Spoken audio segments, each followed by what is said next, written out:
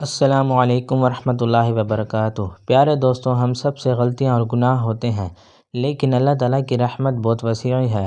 اللہ تعالیٰ اپنے بندوں کو ایسے آسان اذکار عطا فرماتا ہے جنہیں پڑھ کر وہ مغفرت حاصل کر سکتے ہیں۔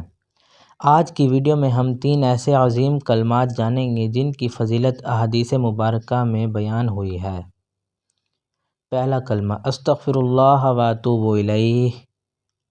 ترجمہ: میں اللہ تعالیٰ سے بخشش مانگتا ہوں اور اسی کی طرف توبہ کرتا ہوں۔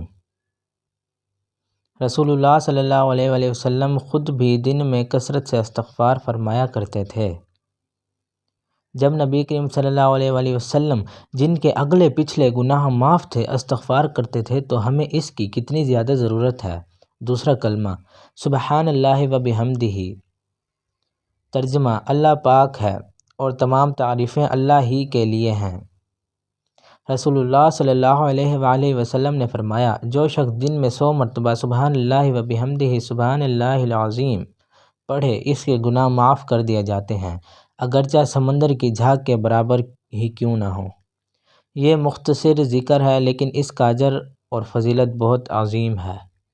تیسرا کلمہ لا الہ الا اللہ وحدہ لا شریک لہ لہ الملک و لہ الحمد وہو علی کل شیء قدیر۔ ترجمہ: اللہ کے سوا کوئی معبود نہیں، وہ اکیلا ہے، اس کا کوئی شریک نہیں، اسی کے لیے بادشاہی ہے، اسی کے لیے تمام تعریف ہے اور وہ ہر چیز پر قدرت رکھنے والا ہے۔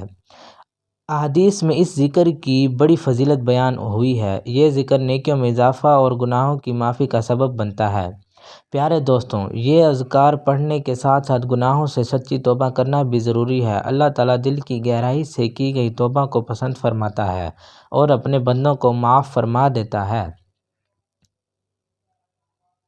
اگر آپ کو یہ ویڈیو پسند آئی ہو تو اسے ضرور لائک کریں، اپنے دوستوں کے ساتھ شیئر ضرور کریں اور مزید اسلامی ویڈیوز کے لیے ہمارے چینل راہ ہدایت کو سبسکرائب کرنا نہ بھولیں۔